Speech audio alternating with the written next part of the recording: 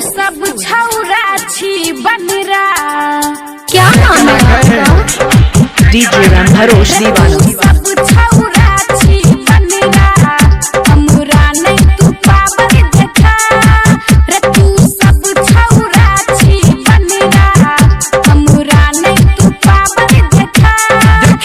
तू सब छिन कमा फटल फटल करबो हम अहिना खटा रे। पटा छौरी के सट्टा पटा छौरी के सट्टा मुहे तोड़ देबो।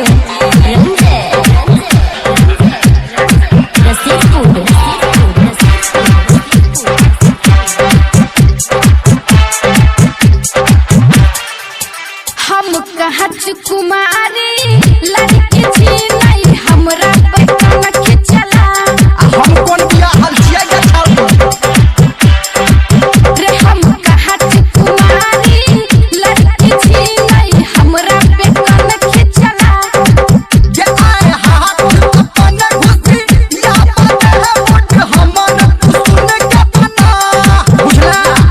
जो रहे कुत्ता कोले तू सरा जो रहे कुत्ता कोले तू सरा जाके दूसरा के मकई पटा। गई तोरे पटा देबो आए। पटा छौरी के सट्टा चल हट पटा छौरी के सट्टा बाप के मार छियो। क्या नाम है आपका? डीजे राम भरोश दीवाना। क्या नाम है आपका? डीजे राम भरोश दीवाना। टिंगरहा भेजा बाजार। सुन रहे हैं अभी आप सुन रहे हैं डीजे रंजय को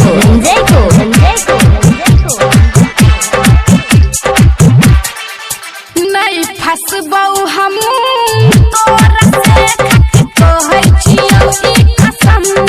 कहीं तो बाप मर जाए।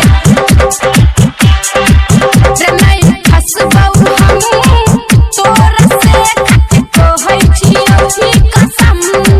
ये तू चाहे निज पे धर मंदन कह जब अपन देखबो हम तम बुझला गए।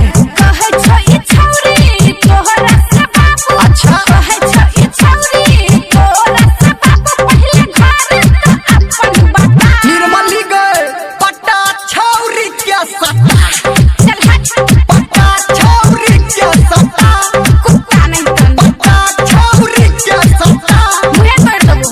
पटा छौरी नाम तो आपने सुना ही होगा। मिक्स बाय डीजे राम भरोश दीवाना।